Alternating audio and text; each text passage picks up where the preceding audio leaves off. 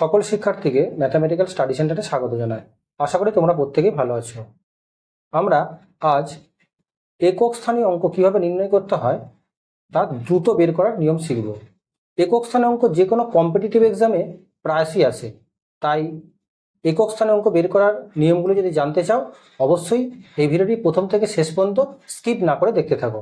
তাহলে চলো দেরি না করে ভিডিওটি শুরু করা যাক। যে কোনো সংখ্যার একক স্থানীয় অঙ্ক যদি শূন্য হয় তাহলে সংখ্যাটির ঘাতে যাই থাকুক না কেন সংখ্যাটির একক স্থানীয় অঙ্ক শূন্য হবে। একটা উদাহরণ দিই, ধরো মনে করো 5, 6, 8, 0।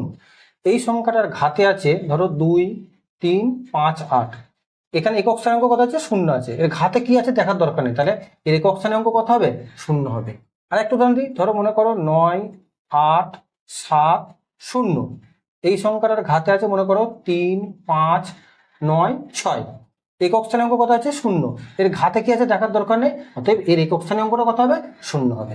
অর্থাৎ তোমরা মনে রাখবে, যে কোনো সংখ্যার একক স্থানীয় অঙ্ক যদি শূন্য থাকে তার ঘাতে যাই থাকুক না কেন সংখ্যাটির একক স্থানীয় অঙ্ক কত হবে? শূন্য হবে। এবার আসি, সংখ্যাটির যদি একক স্থানীয় অঙ্কটা 1 হয় তাহলে সংখ্যাটির ঘাতে যে কোনো সংখ্যা থাকুক না কেন তার মানে কিন্তু একক স্থানীয় অঙ্ক 1 হবে। একটা উদাহরণ দিই, ধরো মনে করো 3, 5, 8, 1। এর ঘাতে আছে মনে করো 3, 8, 9, 7। তাহলে একক স্থানীয় অঙ্ক কত? 1। অতএব এই সংখ্যাটার একক স্থানীয় অঙ্ক কত হবে? 1 হবে। আর একটা উদাহরণ দিই, ধরো মনে করো 6, 9, 5, 1। এর ঘাতে মনে করো আছে 3, 8, 6, 0। লক্ষ্য করে দেখো, এর একক স্থানীয় অঙ্ক কত আছে? 1 আছে। এর ঘাতে যে কোনো সংখ্যা থাকুক না কেন তাতে এই সংখ্যাটার একক স্থানীয় অঙ্ক কত হবে? 1 হবে। তাহলে তোমরা মনে রাখবে, যে কোনো সংখ্যার একক স্থানীয় অঙ্ক যদি 1 হয় তার ঘাতে যে কোনো সংখ্যা থাকুক না কেন তার একক স্থানীয় অঙ্ক কত হবে? 1 হবে। এবার আসি, যে কোনো সংখ্যার একক স্থানীয় অঙ্ক যদি 2 থাকে তার যে কোনো ঘাতের জন্য তার একক স্থানীয় অঙ্ক কত হবে সেটা আমরা কিভাবে বের করব। প্রথমে লক্ষ্য করে দেখো, 2 এর ঘাতে 1 মানে কত হয়? 2। 2 এর ঘাতে 2 মানে তোমরা নিশ্চয়ই জানো 4। 2 এর ঘাতে 3 মানে কত হয়? 8। 2 এর ঘাতে 4 মানে কত হয়? 16। আর একক স্থানীয় অঙ্ক কত পেলে? এখানে 6 পেলে। ঠিক অনুরূপভাবে 2 এর ঘাতে 5 মানে কত? 32। এবার এখানে লক্ষ্য করে দেখো, 2 এর ঘাতে 1 এ 2 এসছে একক স্থানীয় অঙ্ক, 2 এর ঘাতে 5 এ কত এসছে একক স্থানীয় অঙ্ক? এখানেও 2 এসছে। অর্থাৎ 4 ঘর পর পর দেখো এর মানটা কিন্তু একই আসে। ঠিক একই রকম যদি আমরা 2 এর ঘাতে 6 করি, এটা কিন্তু দেখো 64 আসছে। দেখো একক স্থানীয় অঙ্ক এর সঙ্গে মিলে গেল। 2 এর ঘাতে 7 করলে কত আসছে? না, এটা আসছে তোমার 128। দেখো এর একক স্থানীয় অঙ্ক সঙ্গে মিলে গেছে। 2 এর ঘাতে যদি আমরা 8 করি সেটা কত আসবে? না, এটা আসছে 256। দেখো এর একক স্থানীয় অঙ্ক মিলে যাচ্ছে। অর্থাৎ 4 ঘর পর পর দেখো একক স্থানীয় অঙ্কগুলো কিন্তু রিপিটেশন করছে। ওই জন্য আমরা কি করব, একটা উদাহরণ দিই, তাহলে জিনিসটা আরো ব্যাপারটা ক্লিয়ার হবে। ধরো 232, তার একক স্থানীয় অঙ্ক ঘাতে আছে ধরো মনে করো 334। তাহলে এই সংখ্যাটার একক স্থানীয় অঙ্ক কত হবে বের করতে হবে। লক্ষ্য করে দেখো, এখানে 2 এর যে ঘাত আছে সেই ঘাতটাকে প্রথমে আমরা 4 দিয়ে ভাগ করে নেবো।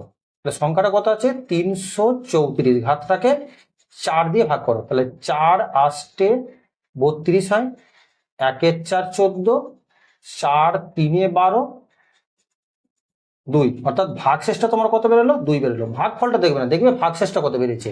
এবার কি করবে, এই যে একক স্থানীয় অঙ্ক যেটা আছে তাকে ভাগশেষের ঘাতে উন্নীত করে দাও। তাহলে 2 স্কোয়ার মানে কত জানি আমরা? 4। অর্থাৎ এই সংখ্যাটার একক স্থানীয় অঙ্ক কত হলো? 4।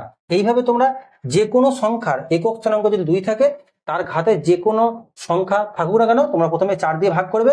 ভাগ করার পর যে ভাগশেষটা হবে সেটাকে 2 এর ঘাতে উন্নীত করবে। উন্নীত করার পর একক স্থানীয় অঙ্ক যেটা হবে সেটাই তোমার উত্তর হবে। এখন একক স্থানীয় অঙ্ক যদি 3 থাকে তাহলে তার যে কোনো ঘাতের জন্য একক স্থানীয় অঙ্ক কিভাবে আমরা বের করব সেটা বের করছি। লক্ষ্য করে দেখো, 3 এর ঘাতে যদি 1 হয় তাহলে কত লিখতে পারো তোমরা? 3 লিখতে পারো। 3 এর স্কোয়ার মানে কত জানো? 9। 3 এর কিউব মানে কত জানো? 27। 3 এর ঘাতে 4 মানে কত হয়? 81। 3 এর ঘাতে 5 মানে কত হয়? এটা হচ্ছে 243। এবার লক্ষ্য করে দেখো, তাহলে এই সংখ্যাটার একক স্থানীয় অঙ্ক 3, এটা হচ্ছে একক স্থানীয় অঙ্ক 9, এর একক স্থানীয় অঙ্ক 7, এর একক স্থানীয় অঙ্ক কত? 1। এবার এর একক স্থানীয় অঙ্ক কত? 3। দেখো 4 ঘর পরে দেখো এই অঙ্কটা রিপিটেশন হচ্ছে। এবার যদি আমরা 3 এর ঘাতে 6 করি তাহলে এটা কত আসছে? 729। দেখো এর একক স্থানীয় অঙ্ক এর একক স্থানীয় অঙ্ক মিলে গেল। এবার যদি 3 এর ঘাতে 7 করি সেটা কত আসবে? 3 × 7 = 7 হাতে 2, 3 × 2 = 6, 87, 3 × 7 = 21। তাকে এর একক স্থানে অঙ্ক কত আসছে? এর একক স্থানে অঙ্ক 7 আসছে, তাকে এটার সঙ্গে মিলে যাচ্ছে। ঠিক অনুরূপভাবে 3 ঘাটে যদি 8 করি, তাহলে এরাকে যদি 3 দিয়ে গুণ করো, 3 × 7 = 21, 1 হাতে হচ্ছে 2, 3 × 8 = 24, আর দিয়ে 26 হাতে 2, 3 × 8 = 3, আর 2 = 5, 3 × 2 = 6। দেখো এর একক স্থানে কত আসছে? এর একক স্থানে মধ্যে 1 আসছে। অর্থাৎ দেখো 4 ঘর পর পর তোমার একক স্থানে অঙ্কগুলো কিন্তু রিপিট করছে। ঠিক একই রকম ভাবে আগের মতো 2 এর যে ঘাতগুলো যেভাবে উন্নীত করেছিলাম ঠিক এইভাবে, তাহলে সংখ্যাটা যে কোনো একটা উদাহরণ দিই তাহলে জিনিসটা ক্লিয়ার হবে। ধরো মনে করো 3, 5, 3 এর ঘাতে মনে করা আছে 462।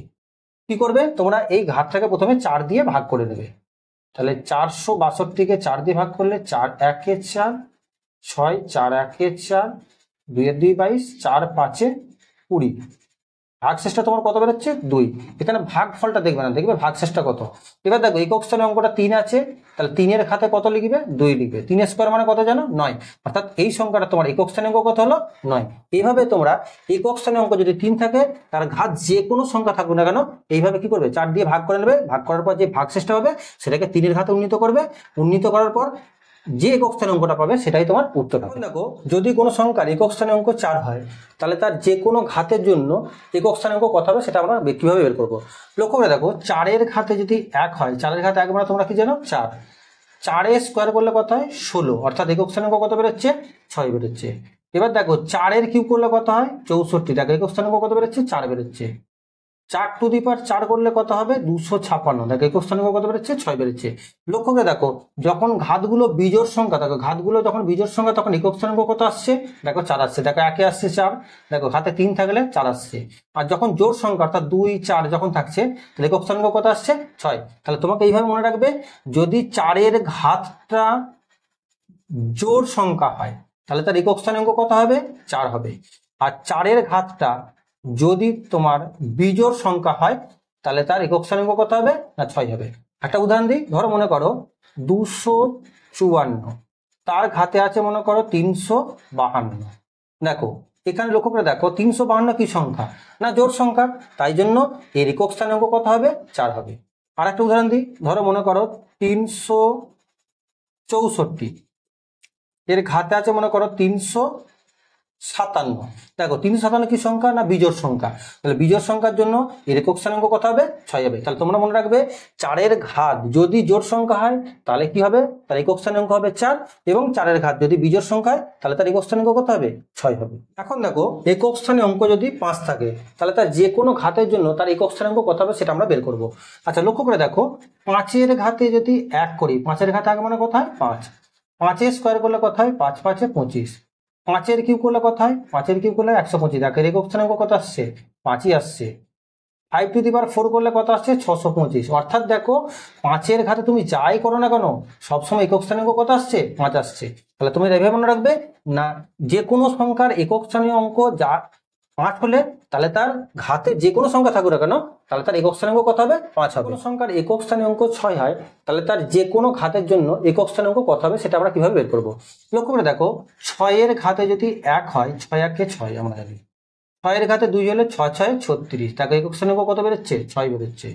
ঠিক একই রকম ভাবে 6 এর কিউব করলে কত আসছে? 216। তাকে একক স্থানাঙ্ক কত আসছে? না 6 আসছে। 6^4 করলে 6^4 করলে আসছে 1296। দেখো এর একক স্থানাঙ্ক কত আসছে? 6 আসছে। অর্থাৎ তোমরা এইভাবে মনে রাখবে 6 এর ঘাত যাই থাকুক না কেন তাহলে তার একক স্থানাঙ্ক কত হবে? 6ই হবে। এবার আসি, যদি কোনো সংখ্যার একক স্থানাঙ্ক 7 থাকে তার ঘাতে যে কোনো সংখ্যা থাকুক না কেন তার একক স্থানাঙ্ক কত হবে আমরা কিভাবে বের করব? লক্ষ্য করে দেখো 7 এর ঘাতে 1 মানে কত হয়? 7। 7 এর স্কোয়ার মানে আমরা কত জানি? 49। অর্থাৎ এর একক স্থানাঙ্ক 9 বেরোলো। 7 এর কিউব মানে কত হয়? 343। এর একক স্থানাঙ্ক কত বেরোলো? 3 বেরোলো। 7 এর ঘাতে 4 করলে কত আসবে? 2401। এর একক স্থানাঙ্ক কত বেরোলো? না 1 বেরোলো। 7 এর ঘাতে যদি 5 করি কত আসবে? অর্থাৎ একক স্থানাঙ্ক কত বেরোলো? না 7 বেরোলো। লক্ষ্য করে দেখো 4 ঘর পরে দেখো সংখ্যাটা কিন্তু রিপিটেশন আসছে। তার জন্য তোমরা কি করবে? না 7 এর ঘাতে যে সংখ্যাটা থাকবে সেই সংখ্যাটাকে প্রথমে 4 দিয়ে ভাগ করবে। ভাগ করার পর যে ভাগশেষটা পাবে সেই ভাগশেষটাকে 7 এর ঘাতে উন্নীত করে যেটা পাবে তার একক স্থানাঙ্ক সেটাই হচ্ছে উত্তর। একটা উদাহরণ দিই, ধরো মনে করো 357, তার ঘাতে আছে মনে করো 135। তাহলে কি করবে তোমরা প্রথমে এই হাতটাকে তোমরা প্রথমে 4 দিয়ে ভাগ করে নাও। তাহলে 135কে 4 দিয়ে ভাগ করলে কত আসে? 4 3 12, 1 5 15, 4 3 12, ভাগশেষ কত? 3। এই ভাগশেষটা দেখবে, ভাগশেষ কত বেরিয়েছে? 3 বেরিয়েছে। তাহলে 7 ঘাতে 3 করলে কত আসে? 343। দেখো এর একক স্থানাঙ্ক কত? 3। অর্থাৎ এই সংখ্যাটার একক স্থানাঙ্ক কত হবে? 3। তাহলে তোমরা 7 ঘাতে যে কোনো সংখ্যা থাকলে কি করবে? প্রথমে 4 দিয়ে সংখ্যাটাকে ভাগ করবে, ভাগ করার পর ভাগশেষ যেটা বেরোবে সেটাকে 7 ঘাতে উন্নীত করার পর তার যে একক স্থানাঙ্ক হবে সেটাই তোমার উত্তর হবে। এবার আসি, যদি কোনো সংখ্যার একক স্থানাঙ্ক 8 হয় তাহলে তার যে কোনো ঘাতের জন্য একক স্থানাঙ্ক কত হবে আমরা কিভাবে বের করব? লক্ষ্য করে দেখো, 8 ঘাতে 1 মানে কত হয়? 8। 8 স্কোয়ার মানে কত জানি আমরা? 64। একক স্থানাঙ্ক 4 বেরোলো। 8 কিউব মানে কত হয়? 512। একক স্থানাঙ্ক 2 বেরিয়েছে। 8 টু দি পাওয়ার 4 মানে কত হয়? না 4096, অর্থাৎ একক স্থানাঙ্ক কত বেরোলো? 6 বেরোলো। 8 ঘাতে 5 করলে কত আসবে?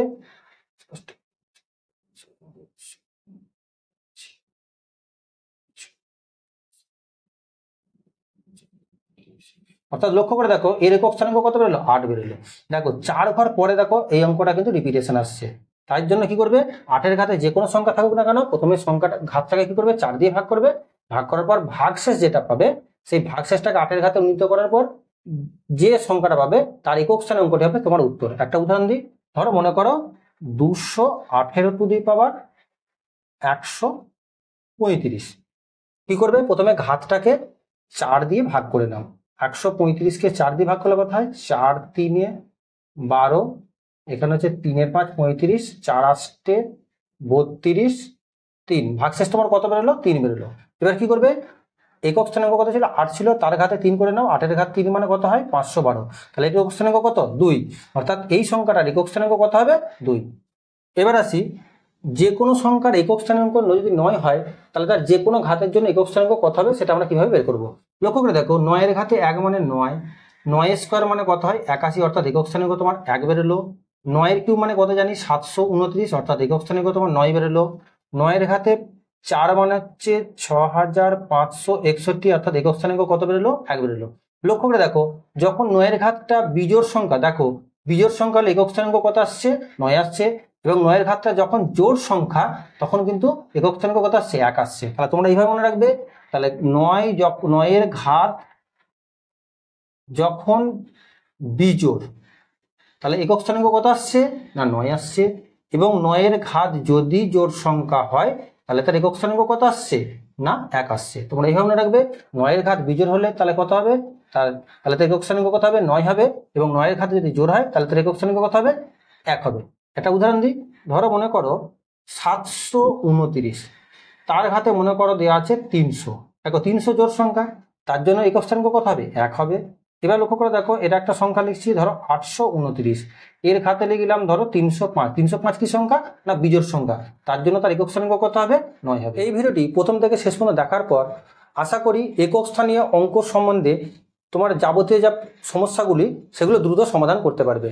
তাই এই চ্যানেলে যারা নতুন অবশ্যই চ্যানেলটিকে সাবস্ক্রাইব করো এবং পাশে থাকা বেল আইকনটি ক্লিক করে নোটিফিকেশন মোডটি অলে সেভ করে রাখো, যাতে এই ধরনের নিত্যতর ভিডিওর আপডেট সর্বপ্রথম তোমার কাছে পৌঁছায়। তোমরা আর কোন কোন বিষয়ের উপর ভিডিও চাইছো সেটা অবশ্যই কমেন্ট বক্সে জানাও। তাই ভিডিওটি শেষ পর্যন্ত দেখার জন্য ধন্যবাদ। দেখা হচ্ছে পরবর্তী অন্য কোনো ভিডিওতে।